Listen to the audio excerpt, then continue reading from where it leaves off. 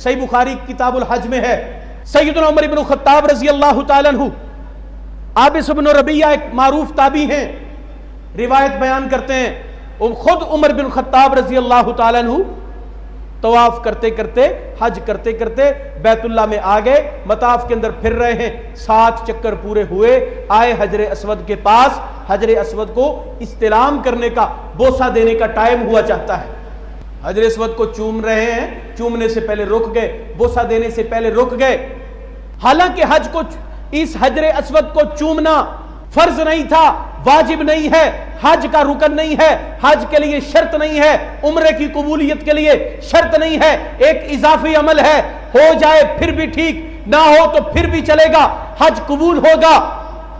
حجر اسود کے استلام کے لیے عمر بن خطاب آئے ہیں رضی اللہ تعالیٰ عنہ، تو حجر اسود کو خطاب کر کے کہہ رہے ہیں،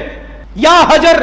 انی عالم انک حجر لا تضر ولا تنفع، اے حجر اسود میں تجھے جانتا ہوں تو ایک پتھر ہے، جنت سے لایا گیا ہے، ابراہیم علیہ السلام نے تجھے اپنے ہاتھوں سے ٹکایا ہے، اسماعیل تیری خاطر محنت و مزدوریاں کرتے رہے، ان انبیاء نے بنایا ہے، موسیٰ چومتے رہے، عیسیٰ بوسے دیتے رہے، فلاں فلاں نے چوما، فلاں فلاں نے بھی تجھے استعلام کیا، نبیوں نے چوما، ولیوں نے چوما، دنیا سے گزر گئے، میں عمر بن خطاب آج موجود ہوں،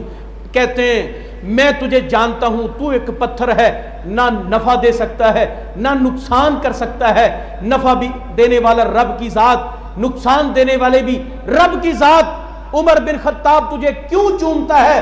لولا انی رأیت رسول اللہ صلی اللہ علیہ وسلم یکبرک ما قبلتک، اے حجر اسود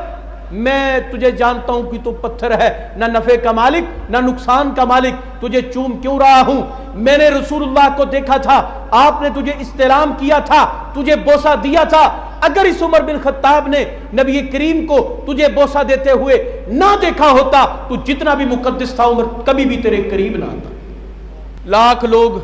کرب و بلا کی مٹی سے شفا لیں، لوگ خاک شفا سے شفا ڈھونڈتے پھریں، ہاتھوں میں پہنے ہوئے کڑے اور لال سرخ اور گرین رنگ کے پہنے ہوئے دھاگوں سے شفا ڈھونڈیں، یا گلے میں لٹکائے ہوئے تعویذوں سے، گنڈوں سے،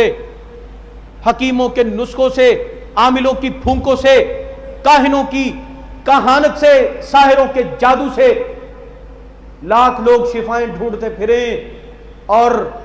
گاڑیوں موٹر سائیکلوں کے رکشوں کے پیچھے چھوٹے چھوٹے کالے کپڑے لٹکا کے ان کے شیشوں کے ساتھ باندھ کے لوگ ان سے